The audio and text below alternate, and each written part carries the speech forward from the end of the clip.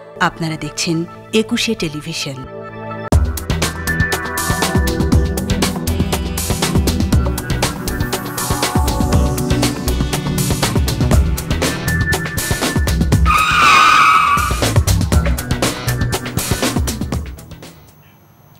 সম্মানিত দর্শক, সবাইকে স্বাগত জানাচ্ছি লিটল টাটা ২১ রাতের আজকের আয়োজনে।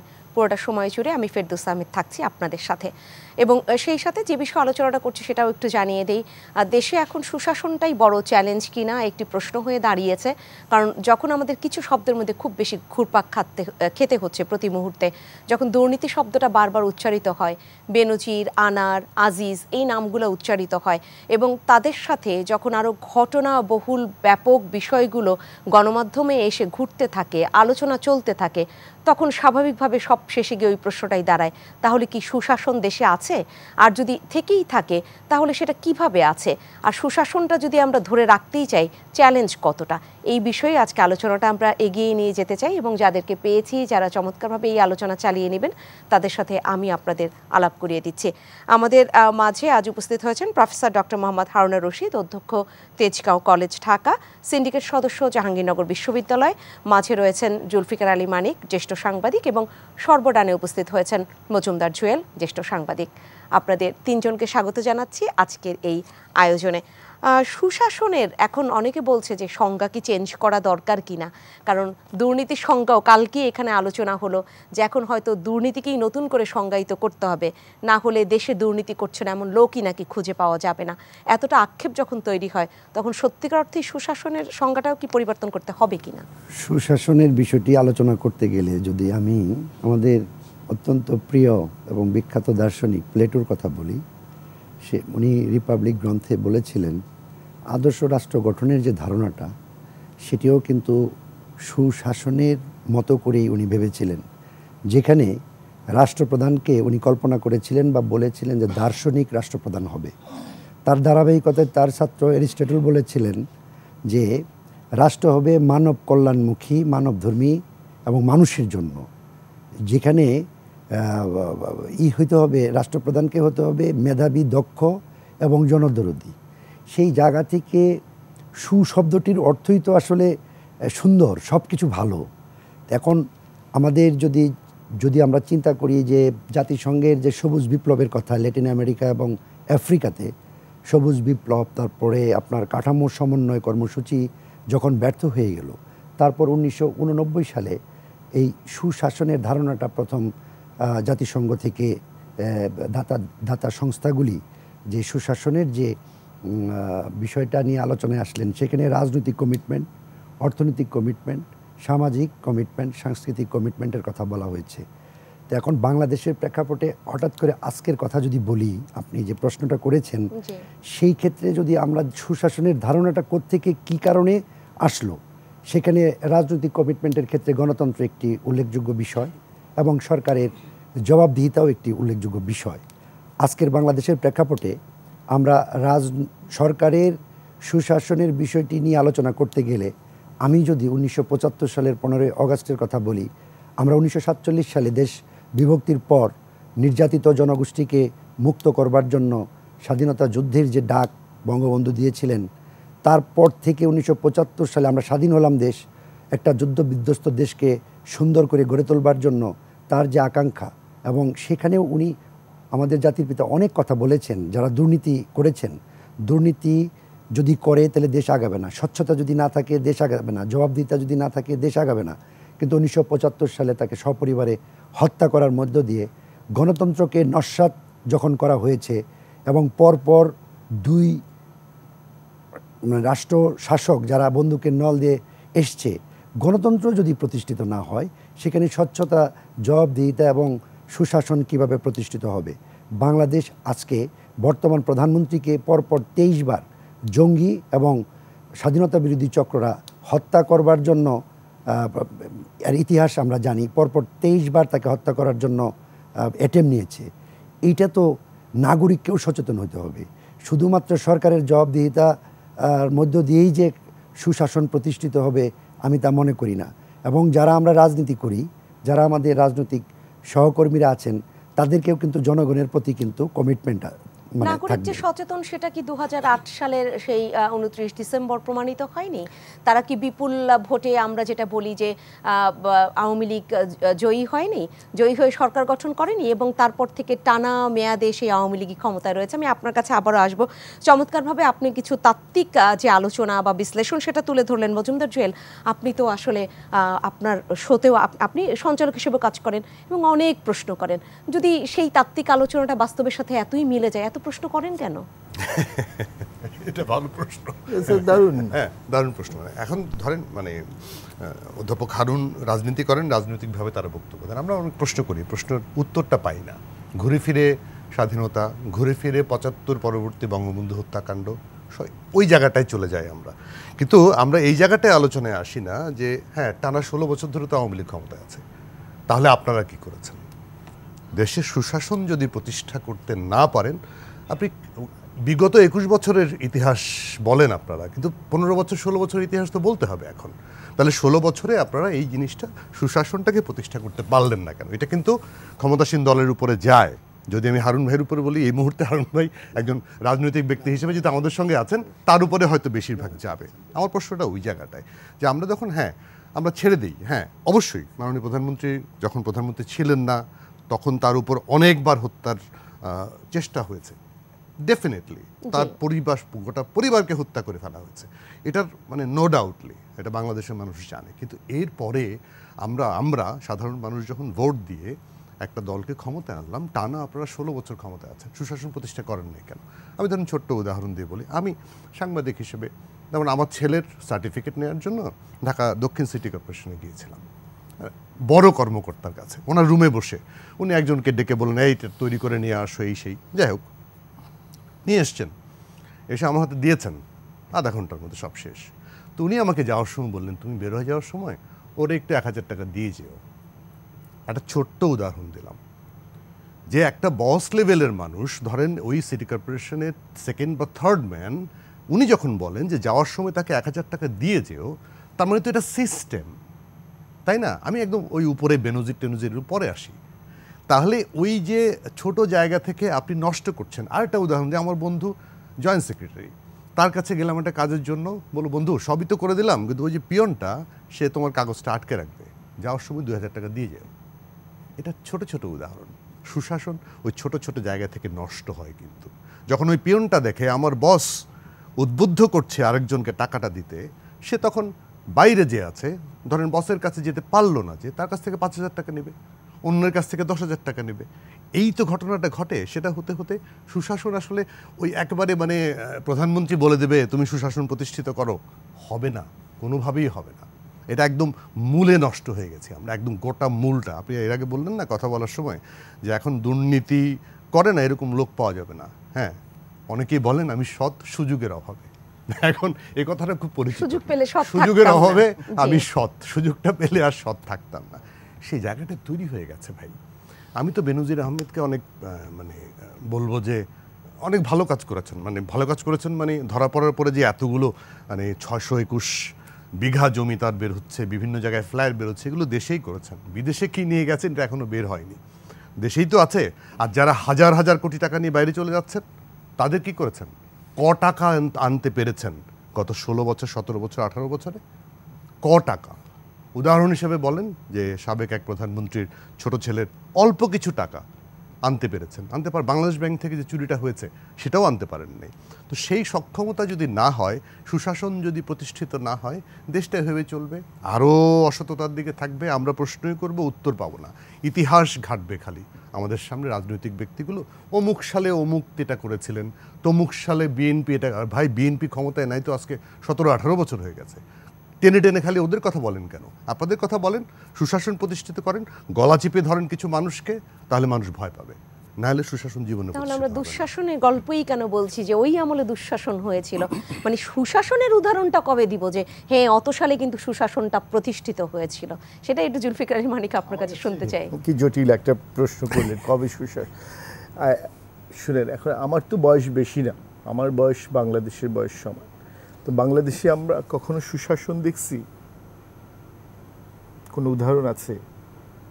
জাস্ট আস্কিং, আপনাকেও জিজ্ঞেস, আপনিও তো সাংবাদিকতা করেন, কখনো সুশাসনের কোনো দৃষ্টান্ত আছে কিনা। আচ্ছা, বুঝতে পারতেছি এটা বলা যাচ্ছে না।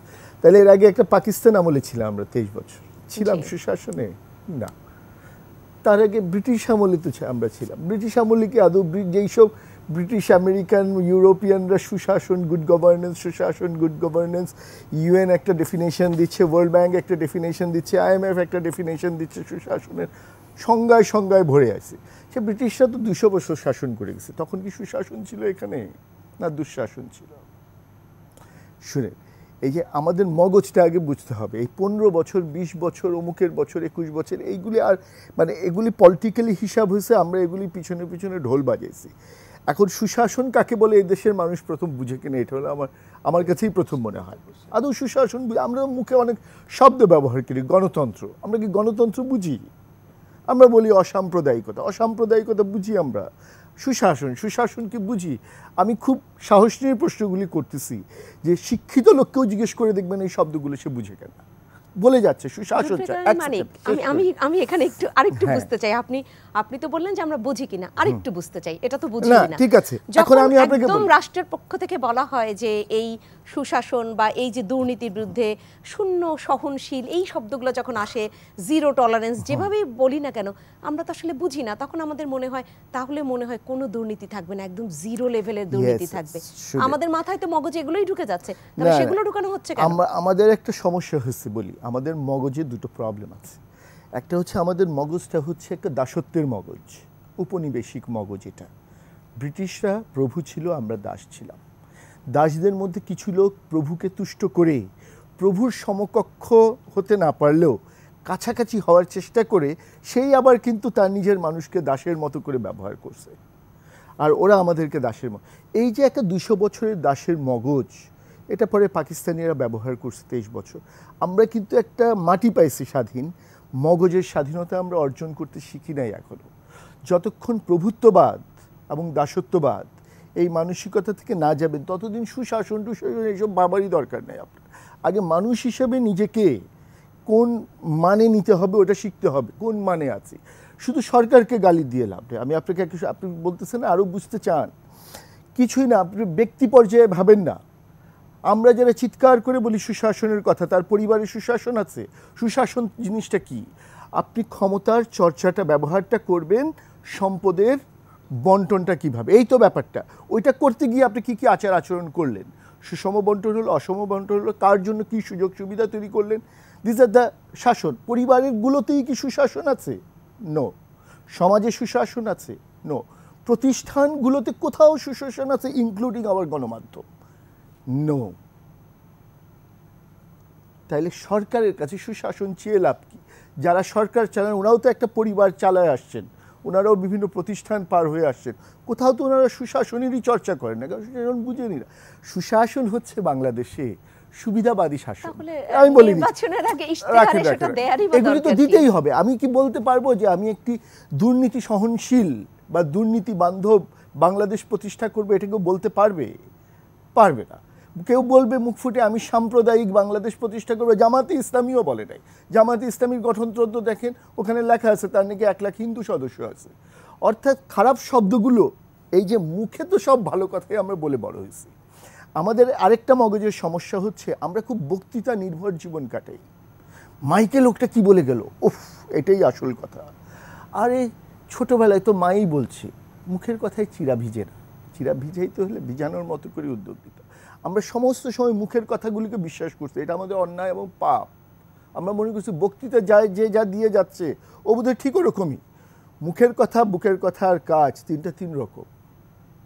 ফলে যিনি সুশাসন বলে যাচ্ছে চিৎকার করে গিয়ে দেখেন উনি ওনার পরিবার, ওনার প্রতিষ্ঠানে দুঃশাসনের চর্চা করেন। যিনি নারী অধিকারের কথা বলে যাচ্ছে দেখেন তার পরিবারে তিনি তার কাজের মেয়েটাকে মানসিক শারীরিকভাবে নির্যাতন করেন। যিনি বলে যাচ্ছে সবার সব কিছু দিতে হবে, গিয়ে দেখেন ওনার প্রতিষ্ঠানে উনি ঠিক মতো বেতন দেয় না। এবং আরও মজার কথা বলি আপনাকে, মনে করেন আপনি একটা ঢুকছেন, অসম্ভব মেধাবী একটা মানুষ একটা প্রতিষ্ঠানে, আপনি চাচ্ছেন যোগ্যতার ভিত্তিতে সব কিছু নির্ধারিত হোক, কিন্তু দেখছেন যে আপনার বস তার সুবিধাবাদিতা অনুযায়ী সব কিছু নির্ধারণ করে, আপনি খুব বঞ্চিত মনে করছেন। না না, এইগুলি অযোগ্যগুলিকে সে তাল দিচ্ছে, উঠাচ্ছে, আমার প্রমোশন হচ্ছে না। কিন্তু যখন আপনি কষ্ট করে ওই বসের পর্যায়ে যাচ্ছেন, একই চর্চা আপনিও করছেন, আপনি নিজেকেও পাল্টাচ্ছেন না, আপনি প্রতিষ্ঠানকেও পাল্টাচ্ছেন না। ফলে আমি বাংলাদেশের সুশাসন হচ্ছে সুবিধাবাদিতার শাসন, অর্থাৎ আমার সুবিধা অনুযায়ী যে শাসন, এটাই বাংলাদেশের সংজ্ঞা অনুযায়ী এটাই হচ্ছে সুশাসন। বলি একটি সমাজ চলবে কি দিয়ে, বা সমাজ বলেন, একটি পরিবার, প্রতিষ্ঠান, দেশ বলেন, যে কোনো কিছু বলেন, চলার মানদণ্ড কি হওয়া উচিত।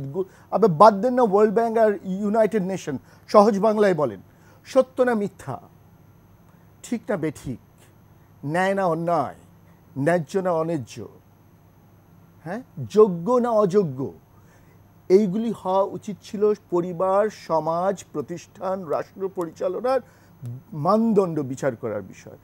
আপনি চালান হচ্ছে আওয়ামী লীগ না বিএনপি, আপনি চালান অমুক না তমুক, আমার লোক না তার লোক। সো আপনি চালান গুড বুক আর ব্যাড বুক দিয়ে, আপনি তো ল বুক ফলো করেন না, তাহলে সুশাসন আসবে। সুশাসনটা বুঝি কিনা আমরা, এই জন্যই তো আমার বারবার মনে আলাপ করি সুশাসন, আদৌ বুঝি যে কী দিয়ে দেশটা চলা উচিত। একটা প্রতিষ্ঠানেও সুশাসন আছে, সরকারি বেসরকারি না, একটা পরিবারের সুশাসন আছে। আমাদের ব্রেইনের মানসিকতা হচ্ছে আমরা দায়িত্বর সাথে, দায়িত্ব শব্দটা সুশাসনের সাথে জড়িত, রেসপন্সিবিলিটি। যখনই কেউ কোনো দায়িত্ব পায় সে নিজেকে ওটার মালিক মনে করে, সে দায়িত্ব বোধ কাজ করে না। যাকে যা দিবেন সে মনে করবে আমি এটার মালিক, এটাকে ব্যবহার করার, এটাকে খাওয়ার, এটাকে যা খুশি করার দায়িত্ব হচ্ছে এখন আমার। যখন ওইটা শেষ হবে আমি এগুলি খেয়ে টেয়ে লুটপুটে। সো কোনটাকে মালিকানা বলে আর কোনটাকে দায়িত্ববোধ বলে, এটাই তো বাংলাদেশের মানুষ জানে না এবং বুঝে না। মনে হয় আমার নিজেকে এখন মনে হচ্ছে যে বক্তৃতা নির্ভর জাতি বললেন না, আপনার কথাগুলো মন্ত্রমুগ্ধের মতো শুনছিলাম এবং ভাবছিলাম যে সেখান থেকে আমি আসি প্রফেসর ডক্টর মোহাম্মদ হারুনুর রশিদ আপনার কাছে, যে বাংলাদেশে এই সুশাসনের সংজ্ঞাটা এখন আলাদা হওয়া উচিত। আমিও কিন্তু তার বক্তব্যে অনেকখানি সেই একদম মুগ্ধ হয়ে পটে টটে গিয়ে এটাই এখন ভাবছি। সেই জায়গায় তাহলে কি সক্রেটিস, অ্যারিস্টটল, প্লেটো, এদেরকে আমরা এখন তাদের সেই সংজ্ঞাগুলোকে একেবারেই পাশ কাটিয়ে নতুন করে সংজ্ঞায়িত করাই, সেই আবার সেখানটাই আসছি, সেটাই কি দরকার? ধন্যবাদ আপনাকে। সুশাসন প্রতিষ্ঠা করার জন্য এটি হলো ওয়ার্ল্ড ব্যাংকের এবং IMF-এর একটা প্রেসক্রিপশন। অনুন্নত দেশগুলি এবং উন্নয়নশীল দেশগুলিকে নিয়ে তাদের যে পথ চলা 90-এর দশক থেকে, তারপর ওনারা ডেমোক্রেসি, গভর্নেন্স অ্যান্ড ডেভেলপমেন্ট নিয়ে তারা কাজ করেছে প্রায় 200টি দেশের উপর। তারা একটা সীমাবদ্ধতার কথা বলেছেন, সেটি হলো যে সুশাসন প্রতিষ্ঠিত করতে গেলে, আসলে আমাদের মানিক ভাই যেটা বলছে সুশাসন আমরা বুঝি কিনা, সেই আলোচনাটাই আমি যাব যে সুশাসনের কিছু প্যারামিটার আছে, সেগুলোকে আমরা কোন কোন জায়গায় কাভার করতে পারতেছি, কোন কোন জায়গায় কাভার করতে পারছি না। সুশাসনে প্রতিষ্ঠা করতে গেলে পরে সম্পদের পরিমাণটা একটা ব্যাপার। একটা দেশের জনগোষ্ঠী যখন দক্ষ জনগোষ্ঠীতে রূপান্তরিত হবে না, অথচ অভ্যন্তরীণ যে সম্পদ সেটি জনগণের তুলনায় কম, সেখানে কিন্তু আমাদের সংগ্রামের বিষয়টা অনেক বড় করে দাঁড়ায়। এখন জবাবদিহিতা, কার জবাবদিহিতা? সরকারের জবাবদিহিতা যেমন থাকবে, জনগণের জবাবদিহিতাও থাকবে। আজকে মেট্রো রেলের জনগণ যদি নাই বোঝে তাহলে জবাবদিহিতার মধ্যে আসবে কি করে? জনগণকে বোঝাইতে হবে, জনগণকে সেটা বুঝতে হবে এবং জনগণকে বোঝানোর দায়িত্ব জনগণ নিজেকেও নিতে হবে, সমাজের সচেতন মানুষদেরকে নিতে হবে, সরকারকেও নিতে হবে এবং জনগণকে ওই ধরনের ডিসক্রিমিনেশন মানে যে সমস্ত কাজগুলি আমাদের রাষ্ট্রের জন্য ক্ষতি, সেগুলোর পিছনে পৃষ্ঠপোষকতা দেয় কোনো একটা রাজনৈতিক সংগঠন বা কোনো রাজনৈতিক সংগঠন যারা রাষ্ট্র ক্ষমতার বাইরে থাকে। না, এখানে আরেকটু সুস্পষ্ট হয়ে নেই। সেই সুস্পষ্ট হওয়ার জায়গাটা অনেকটা এরকম যে এখন বই পুস্তকে যেগুলো রয়েছে, মানে শিক্ষার্থীরা যেগুলো শিখবে, সেখানে তো আসলে ওই সংখ্যার সাথে বাংলাদেশের সংখ্যা মেলে না। তাহলে শিক্ষার্থীরা কি করে শিখবে? শিক্ষার্থী শিখলেও না হয় পরিবারকে বোঝাতে পারতো। আমি শেষ করি, কোনো সমাজ নেতা এসেও সুশাসন বোঝাচ্ছেন না, একদম ছোট ছোট যে ভাগগুলো রয়েছে সমাজের একদম পরিবার পর্যায় পর্যন্ত, তাহলে পরিবারও বুঝতে পারছে না, পরিবার নিজের সেই জায়গাটার মধ্যেও সুশাসন প্রতিষ্ঠা করতে পারছে না, সুশাসনটাও বুঝছে না। তাহলে আসলে সে কি করে বুঝবে এবং কি করে পরবর্তীতে সে যে সুশাসন নিশ্চিত করতে পারেনি এই জবাব সে দিবে? আসলে সুশাসন যে নিশ্চিত হয় নাই, বিভিন্ন প্যারামিটারের কোনোটাতেই যে নিশ্চিত হয় নাই, এটি নিশ্চিত করে গবেষণা করে বলেছেন কে, সেটাও আমার একটা প্রশ্ন।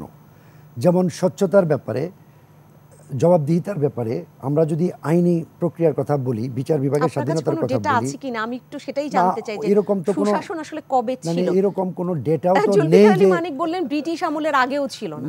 না, তাহলে আসলে কবে ছিল? সুশাসন একটা বহুমাত্রিক একটা বিষয়, বহুমাত্রিকতা দিয়ে এটাকে মানে মূল্যায়ন করতে হবে। আজকে যদি মাথাপিছু আয়ের কথা বিবেচনা করেন, বাংলাদেশের মাথাপিছু আয় কি বাড়েনি?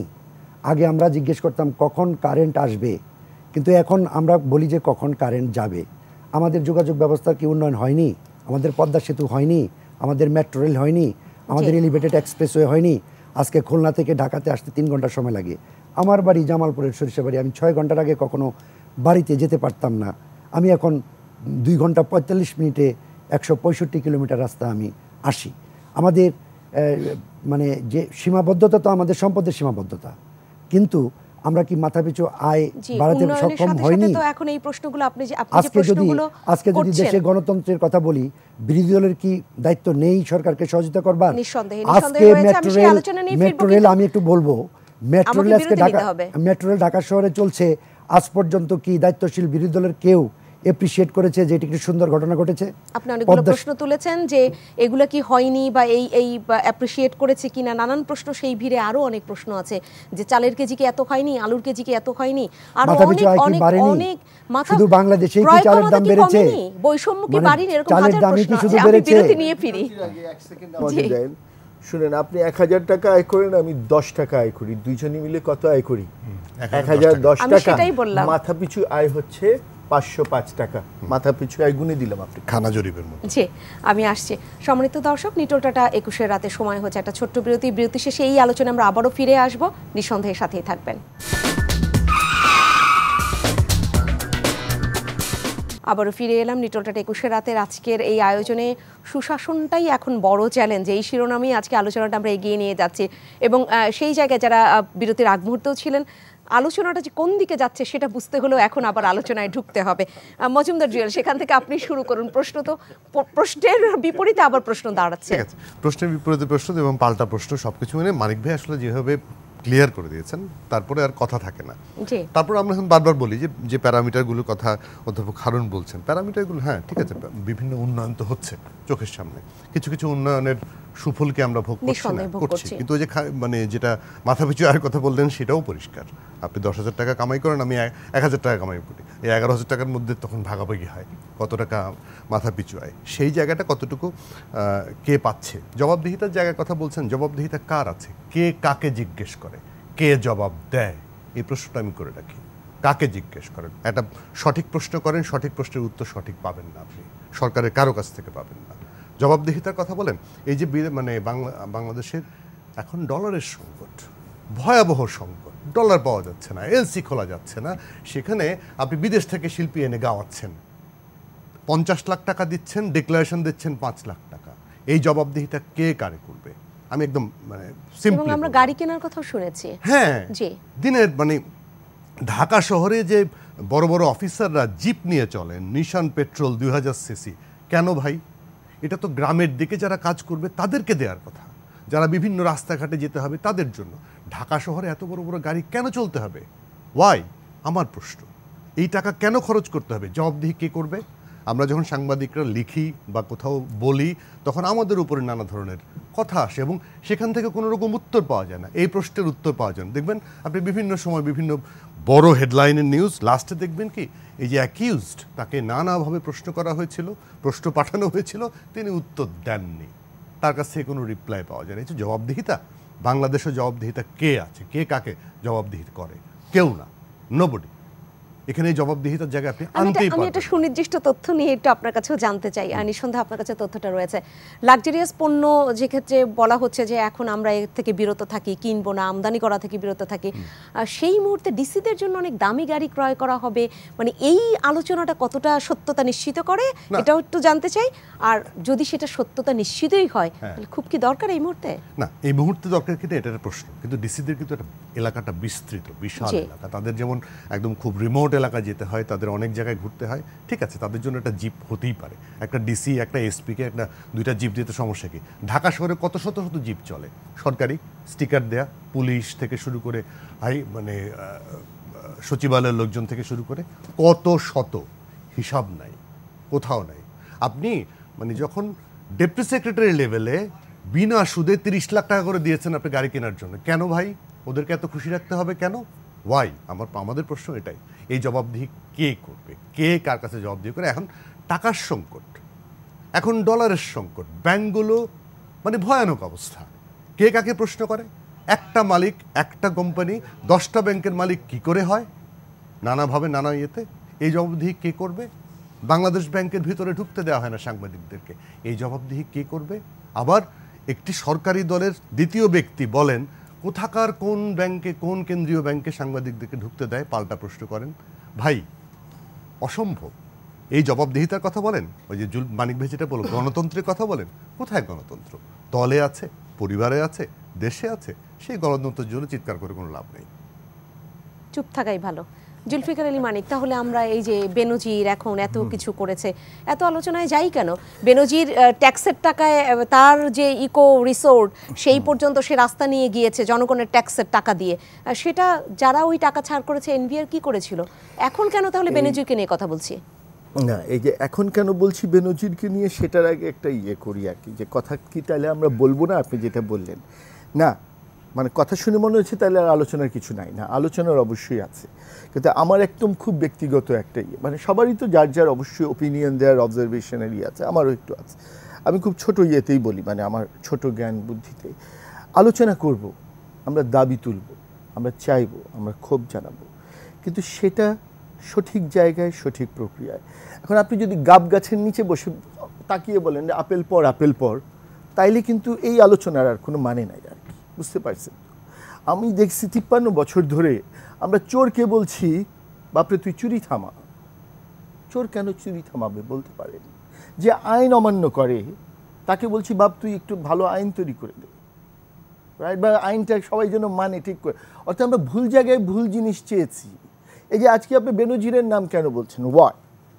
আপনি কেন বলি না যে 21 সালে যে লক্ষ্মীপুরের একটা এমপি ছিল পাপুল, নাম কি শহীদুল ইসলাম পাপুল, বাংলাদেশের মর্যাদা কোথায় যে আমাদের দেশের পার্লামেন্ট মেম্বার দেশের বাইরে দুটো বেআইনি কাজের জন্য, মানব পাচার এবং মানি লন্ডারিং, অর্থ পাচারের জন্য কুয়েতের আদালতে দণ্ড পেয়ে 4 বছর ধরে জেলে বসে রয়েছে।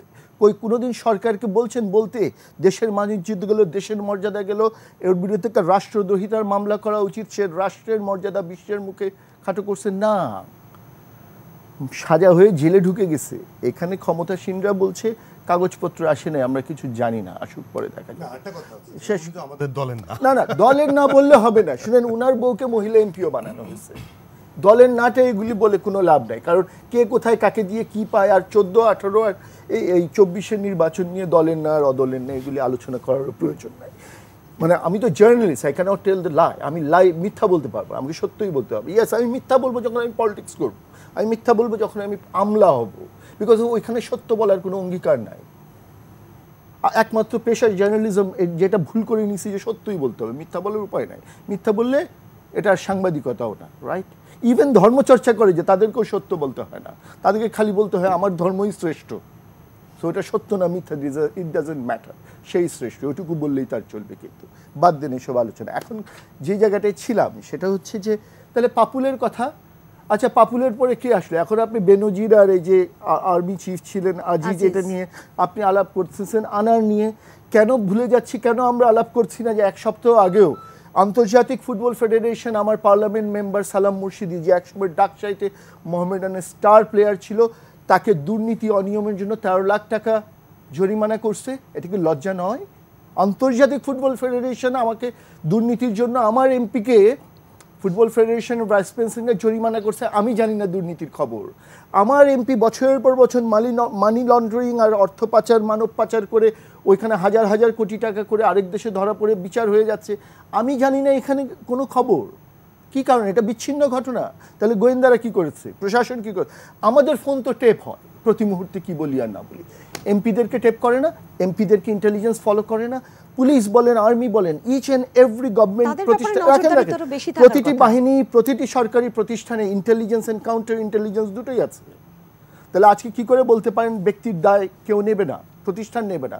প্রতিষ্ঠান কি করেছে? যখন একজন র্যাবের ডিজি ছিলেন এবং আইজিপি ছিলেন 15 সাল থেকে 22 সাল ধারাবাহিকভাবে ওনার সম্পদ বানানোর হিসাব বের হয়েছে, পুলিশের ইন্টেলিজেন্স, আদার ইন্টেলিজেন্স খোঁজ পায়নি, নীরব ছিল না, কি হয়েছে? সো এগুলি তো বললে হবে না যে বাহিনী দায় নেবে না, ব্যক্তি দায় ব্যক্তির ওপরে না। এগুলি বলেই তো আজকে আমরা এই জায়গায় সুন্দর এসে পড়েছি, সবাই যার যার দায় যার যার কাছে।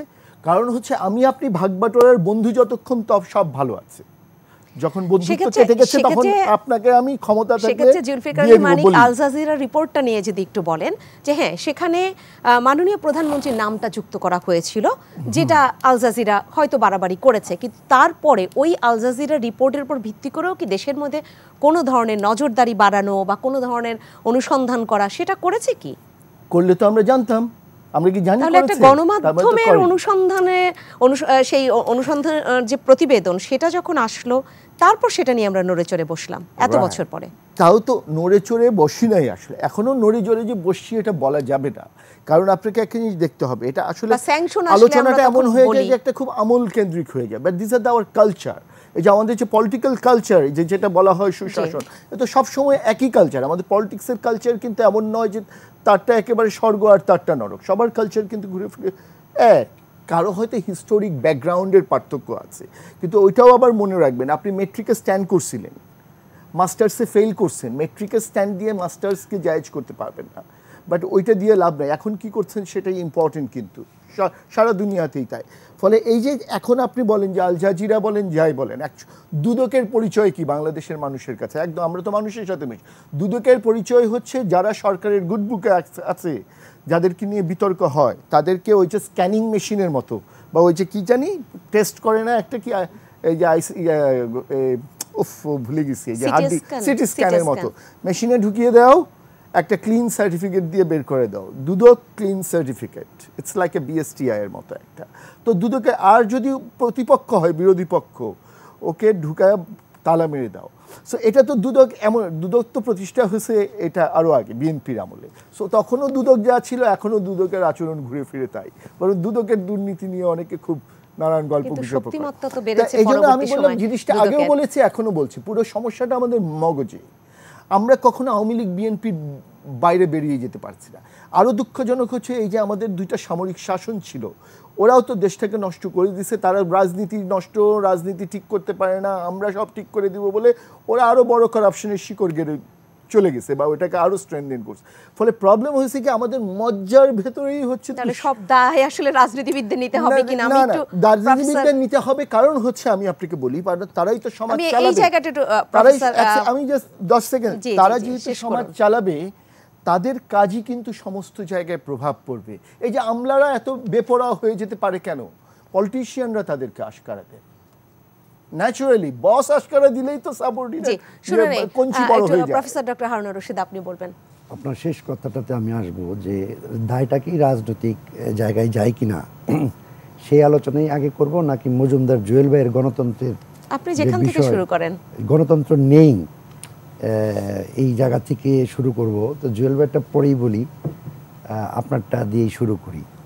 যদি আমরা সুশাসনের কথাই বলি, আমি প্রসঙ্গ থেকে দূরে যাব না, কারণ এই অনুষ্ঠানটি সারা দেশের, জাতির এবং বিশ্বের অনেক দেশের মানুষ দেখবেন। সুশাসন নিয়ে আলোচনা, আমি প্রাসঙ্গিকতার মধ্যেই থাকব।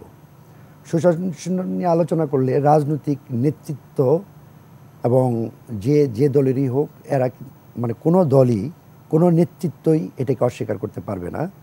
কারণ সুশাসনের এই ফর্মুলা, এই প্রেসক্রিপশন যারা দিয়েছেন, তারা রাজনৈতিক কর্তৃত্ব প্লাস এই জায়গাটায় প্রাতিষ্ঠানিক যে সম্পদ, সেই সম্পদটা জনগণের কল্যাণে এবং জনগণের যখন প্রয়োজন পড়বে সেটা সে জায়গায় কাজে লাগাতে হবে। এটা সুশাসনের একটি ধারণা। আজকে যদি আমরা বাংলাদেশের প্রেক্ষাপটের ক্রনোলজি হিসেব করে দেখি, আমাদেরকে কিন্তু জুয়েল ভাই, মানিক ভাই, আমি আপনাদেরকে মানে অনুরোধ করব এইভাবে ভাবার জন্য যে আমরা কি তুলনামূলক আলোচনা করতে পারি? বাংলাদেশের হাতে কিন্তু কোনো চেরাগ নেই, আলাদিনের চেরাগ নেই যে রাতারাতি যেখানে পরিশ্রম করা ছাড়া কোনো সফলতা অর্জন করা যাবে না। আমি এর আগেও কোনো একটা টক শোতে বলেছিলাম, আমরা শিক্ষিত, কোন লেভেলে শিক্ষিত, সার্টিফিকেট আছে, কিন্তু মেধা অর্জন করতে হবে, দক্ষতা অর্জন করতে হবে। শুধু মেধাবী সার্টিফিকেটদারি দক্ষ মানুষ হলে হবে না, তার মূল্যবোধ থাকতে হবে। একটা যদি মেধাবী দক্ষ মানুষ, শিক্ষিত, সার্টিফিকেটদারি শিক্ষিত, মেধাবী দক্ষ, তার যদি সঠিক মূল্যবোধ না থাকে, রাষ্ট্র চেতনা না থাকে, জনগণের প্রতি ভালোবাসা না থাকে, রাষ্ট্রের ধারাবাহিক উন্নয়নের কথা তার কল্পনায় না থাকে, তাহলে তার চিন্তাটা যদি নেগেটিভ হইতে গিয়ে রাষ্ট্রের জন্য ক্ষতিকর হয়, তো সেই মেধা দক্ষতা দিয়ে আমি কী করব? আমাকে মূল্যবোধ সম্পন্ন হইতে হবে। আজকে আমার ডান পাশে দুইজন বসা বলেছেন যে আলোচনা শুরু করলেই আমরা ওই 75 সাল 71 সালের কথা বলি, কিন্তু এটা আসলে হিস্ট্রি অফ আওয়ার নেশন, এটা আমাদেরকে অনুপ্রেরণা যোগায়। কিন্তু আমরা যে আসলে যে আরও অনেক প্রত্যাশা, আমি আপনাদের দুজন সাংবাদিকের কাছ থেকে অনুরোধ করব, এবং সাংবাদিকদের জন্য আমার একটা দাবি আছে সরকারের কাছে এবং জাতির কাছে। এই সাংবাদিকদেরকে আরও এম্পাওয়ার করতে হবে, দক্ষ সাংবাদিক গড়ে তুলতে হবে এবং তাদেরকে সুযোগ সুবিধা বাড়াতে হবে, এবং সাংবাদিকের তার নেতৃত্বে যারা আছেন সঠিক সাংবাদিকতা যেন আমাদের দেশকে আরও সামনের দিকে, কারণ চতুর্থ স্তম্ভ হিসেবে এগুলি কি সরকার করে দিবে? না, আমি সরকারের কথা বলছি না, সামগ্রিকভাবে আপনাদেরও চর্চা করতে হবে। আমি নেগেটিভ কোনো কথা বলি না, আমি কিন্তু কোনো নেগেটিভ কথা বলি নাই। আপনারা আপনাদের দক্ষতা,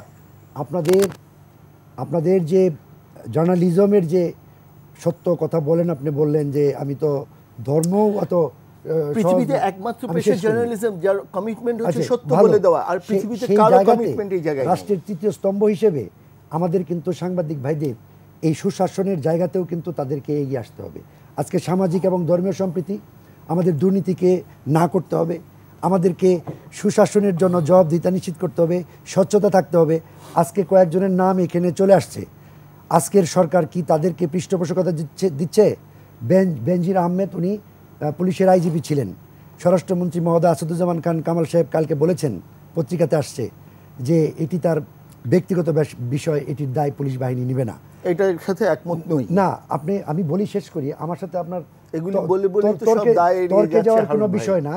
বিষয়টা হলো যে সরকার কি এগুলোর পৃষ্ঠপোষকতা দিচ্ছে নাকি না? 7 বছর ধরে সরকার দেখেনি তার এই কর্মকাণ্ড। একদিনেই আপনি যদি অসুস্থ হন, আমি যদি অসুস্থ হই, আমার রোগ, আমি জরাগ্রস্ত, আমি হুট করে একদিন ডাক্তারের কাছে যাব, একটা প্রেসক্রিপশন নিব, আমি ইনজেকশন নিব, আমি সুস্থ হয়ে ফিরে আসবো। এটা তো ক্রোনোলজিক্যাল।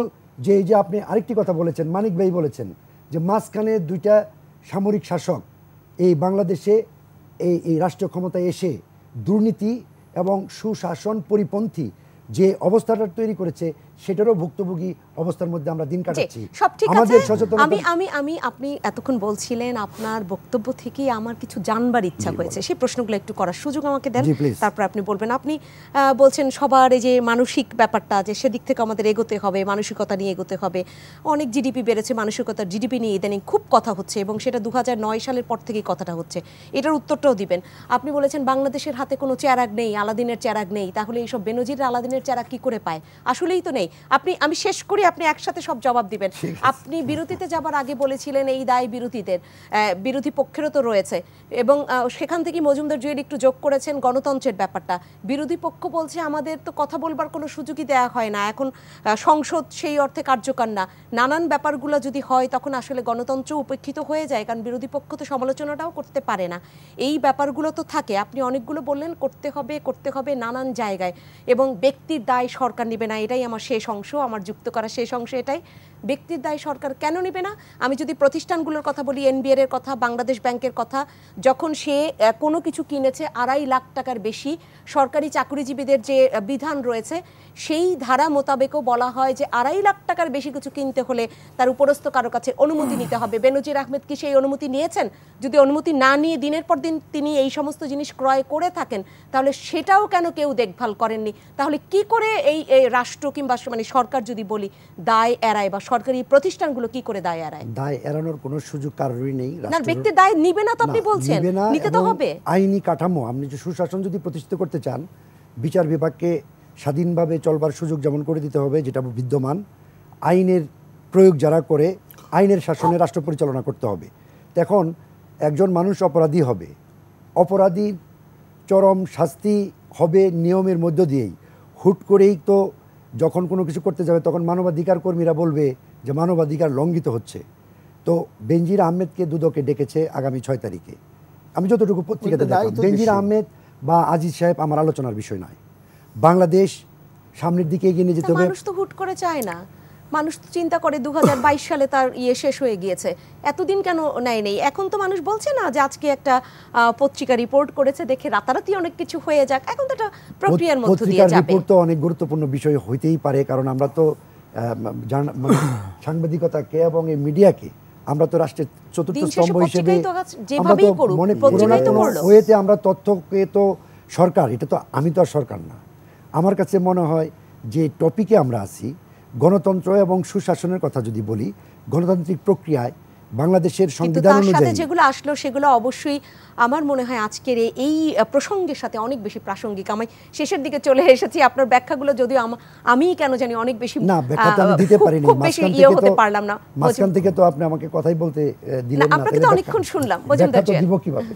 ব্যাখ্যা না আপনি তো দেওয়ার চেষ্টা করলেন, আপনি তো দেওয়ার চেষ্টা করলেন। সুবন্টন হয়নি না, সুবন্টন জি মজুমদার চেয়ার। সুশাসন প্রতিষ্ঠা এখন না, আন্তরিকতার আমি বলবো না যে বাংলাদেশ আওয়ামী লীগের সভাপতি এবং বর্তমান প্রধানমন্ত্রী আন্তরিকতার অভাব আছে, কিন্তু উনি সব কিছু করতে পারবেন না একা। ওনার যে চেইন অফ পিপল আছে যারা কাজগুলো করবে, তারা কেউই আসলে সৎ না। কেউ বলবো আমি, অধিকাংশই সৎ না। এই কারণে সুশাসন প্রতিষ্ঠা বা দুর্নীতি মুক্ত করা এগুলো সম্ভব না। ওই যে বারবার একটা কথা আসছে না যে ব্যক্তির দায় সরকার নেবে না। হ্যাঁ, মানিক ভাইয়ের প্রশ্ন, কেন নেবে না? গোয়েন্দা, কাউন্টার গোয়েন্দা সব কিছুতে আছে। আজকেই পত্রিকায় পড়লাম যে উনি আজিজের কথা বেনজিরের কথা বারবার আসছে। সেন্ট মার্টিনে জমি কিনেছিলেন, তখন তিনি র্যাবের ডিজি। তিনি যখন জমি কেনেন, তখনকার যিনি জমির অনুমতি দিয়েছেন, এসি ল্যান্ড, তিনি বলেছেন তিনি জেলা প্রশাসকের অনুমতি নিয়েছেন কিনা আমি জানি না। তাহলে আপনি কেন দিলেন? আপনি তো জানতেন তিনি সরকারি চাকরি করে, আপনি জানতেন বেনজির আহমেদ র্যাবের ডিজি, আপনি কেন প্রশ্ন করেন নাই? এখন তো আপনারই চাকরি খাওয়া উচিত। এখন এভাবে দায় এড়িয়ে যাওয়া, তিনি জানতেন না, আরে ভাই আকাশ থেকে পড়ছেন, এত সহজে বলে দিল। আর মানুষ এখন এত বোকা না। মানুষে বললেন, হ্যাঁ মানুষ এখন ওই যে বলে না যে রাস্তায় যদি না নামে তাহলে কোনো আন্দোলনই আসলে। ওদিন কৃষিমন্ত্রী আমাদের ডক্টর শহীদ সাহেব বললেন জিনিসপত্রের দাম ভালো আছে, কম আছে, যদি বেশি থাকতো তাহলে মানুষ তো রাস্তায় নামতো। মানে হাউ ফানি! মানুষ রাস্তায় নেমে ভাঙচুর করবে, প্রতিবাদ করবে, তারপরে আপনি বুঝবেন জিনিসপত্রের দাম বেড়ে গেছে। একটা মন্ত্রী হিসেবে আপনার মুখ থেকে এই কথা আপনি জীবনে কল্পনা করেন, 7 বারের এমপি আপনি, হাউ ক্যান? মানুষের সঙ্গে কাজ করেন, মানুষকে নিয়ে কাজ করেন, জবাবদিহিতাটা এত সহজ হয়ে গেল ভাই। সাধারণ মানুষকে এত বোকা ভাবেন আপনারা? এই যদি জবাবদিহিতার অবস্থা হয়, ওই যে মাছের অনুষ্ঠান শুরু হওয়ার আগে জুলফিকার মানে বলছেন যে আমাকে মাঝখানে বসিয়ে চাপার মধ্যে রাখার চেষ্টা, তো আমরা স্যান্ডউইচ হব, কিছু কথা বলবো, কিছু কথা বলবো না, বলেই যাব, কারো কিছু হবে না। স্যান্ডউইচের মানে যদি শেষ সংযোগ করেন আমি শেষ এই যে না সবই ঠিক আছে। এই যে প্রত্যেকে যার যার অবস্থান থেকে বলবে। হারুন ভাই যা বলেছেন, হারুন ভাইয়ের জায়গা থেকে ঠিক আছে, কারণ উনি তো রাজনৈতিক নেতা, ফলে উনার একটা সুবিধা সীমাবদ্ধতা দুটোই আছে। আমারও সুবিধা সীমাবদ্ধতা আছে, তবে সুবিধা বেশি যে আমার প্রফেশনটা সবসময় যা সত্য তাই বলতে পারে। এটা আমি বললাম না, আমি যেদিন চেঞ্জ করে রাজনীতিতে যদি যাওয়ার সৌভাগ্য, ওই দিন আমি রাজনীতির ভাষায় কথা বলবো, সব মিথ্যা বলবো, অন্যের গাল দেবো, সব আমলা হলে সব ঠিক আছে বলবো, নিজে চুরি করে বাড়ি চলে যাব, এইগুলি করতে থাকবে। শোনেন, সম্পদের সীমাবদ্ধতা আছে সত্য, কিন্তু সীমাবদ্ধ সম্পদ সুষম বন্টন হচ্ছে কিনা সেটা হচ্ছে সুশাসনের বড় বিষয়। হচ্ছে না, পরিষ্কার কথা হচ্ছে না বলেই একজন শত শত হাজার বিঘা জমি করতে পারছে, হচ্ছে না বলেই অমুকে করতে পারছে, আর প্রধানমন্ত্রীকে পাবলিকের টাকা দিয়ে কাউকে 2 লাখ টাকা ঘর বানিয়ে পুনর্বাসন করতে হচ্ছে। বুঝতে পেরেছেন তো? এটা হচ্ছে সম্পদের বন্টন না হওয়ার, যে সুষম বন্টন না হওয়ার আরেকটা জিনিস। উনি বলেছেন মেধাবীর মূল্যবোধ থাকতে হবে। এটা নিয়ে আসলে সময় থাকলে ভালো হইতো আমার। মেধাবীর মূল্যবোধ থাকতে হবে, কিন্তু প্রকৃত মূল্যবোধওয়ালা মেধাবীর মূল্যায়ন থাকতে হবে না। এই দেশে মূল্যায়ন হয় না তো। আমি তো বললাম, আপনি তো গুড বুক এবং ব্যাড বুক দিয়ে সবকিছু জাজ করেন, you don't go by the law book. আপনি বলেন না আমাকে, পাবলিক ইউনিভার্সিটিগুলি ধরেন ঢাকা বিশ্ববিদ্যালয়, আমি এটা স্টুডেন্ট, আমার লজ্জাও লাগে বলতে। কেন লাগে জানেন তো? এই বিশ্ববিদ্যালয়ের সার্টিফিকেট নিয়েই তো আমলাতন্ত্র বলেন, অমুকতন্ত্র বলেন, অমুক বাহিনী বলেন, অমুক ব্যবসায় বলেন, গিয়ে সব চুরি দুর্নীতি করতেছে। What is the value of this certificate? চুরি করা শিখায় যেই বিদ্যালয় এবং সার্টিফিকেট, সেই বিদ্যালয়ের শিক্ষাই তো প্রশ্নবিদ্ধ। ফলে সর্বাঙ্গে ব্যথা ওষুধ দিব কোথা? আপনাকে একটি বড় রাজনৈতিক সদিচ্ছা ছাড়া, যেই সদিচ্ছার বলেও দিচ্ছি সেটা কি, আমি কোনো অবস্থায় দুর্নীতি টলারেট করব না। আমি তো করবই না, আমার ঘরের লোক করলেও আমি কোনোভাবেই এটা টলারেট করব না। এইরকম একটি জায়গায় যদি কেউ না এসে বাংলাদেশের হাল না ধরে তাহলে হবে না। জুয়েলের সাথে একমত, প্রধানমন্ত্রীর সেই আন্তরিকতা আছে, উনি অত্যন্ত বাংলাদেশকে ভালোবাসেন যেভাবে, ওনার আশেপাশের লোক দুর্ভাগ্য উনাকে তার কানাকঞ্চিও সহযোগিতা দেওয়ার সামর্থ্য রাখেন না, লোকজনই তো ঠিকমতো শুনছে সামর্থ্যই রাখে না তারা, এবং তাদের সেই মগজে জায়গাটা ওটা নাই। জি তাদের মগজ সেটা পকেট তো ভরার আমরা এই মগজ। উপজেলা পরিষদ নির্বাচনেও দেখলাম, স্বজনদের সরে দাঁড়াতে বললেন তো সেখানে আরো তারা সুন্দর মতো নির্বাচিত হয়ে বসে আছেন, তারাও দেখিয়ে দিয়েছেন যে আমরা আমাদের দলের নেত্রীর কথাই শুনি না। ব্যাপারটা অনেকটা এরকম। আজকে আমাকে শেষ করতে হচ্ছে, অসংখ্য ধন্যবাদ জানাচ্ছি প্রফেসর ডক্টর মোহাম্মদ হারুনুর রশিদ আপনাকে, জুলফিকার আলী মানিক আপনাকে অসংখ্য ধন্যবাদ, মজুমদার জুয়েল আপনাকে অসংখ্য ধন্যবাদ। সম্মানিত দর্শক, আপনাদেরকে অসংখ্য ধন্যবাদ। এই আলোচনাগুলো থেকে আসলে কোনো জায়গায় যদি আমরা পৌঁছাতে নাও পারি, তারপর আসলে আলোচনা করতে হবে। জুলফিকার আলী মানিক বলছিলেন যে আলোচনা তো করতেই হবে, কারণ আলোচনা না করলে তো আরও আমরা পিছিয়ে পড়ব। আর সর্বাঙ্গে যদি ওষুধ দিতেই হয়, ব্যথা থাকে, সর্বাঙ্গে ওষুধ হয়তো দিতে পারবো না, ওষুধটা তাহলে আমরা মাথায় দেওয়ার চেষ্টা করি যে সেখান থেকে আমাদের মনস্তাত্ত্বিক জায়গাটা যদি পরিশুদ্ধ করতে পারি, তাহলে যদি কিছু হয় এই দেশে। প্রত্যাশা থাকলো নিঃসন্দেহে দেশের ভালো কিছু হোক। সবাই ভালো থাকবেন, শুভরাত্রি।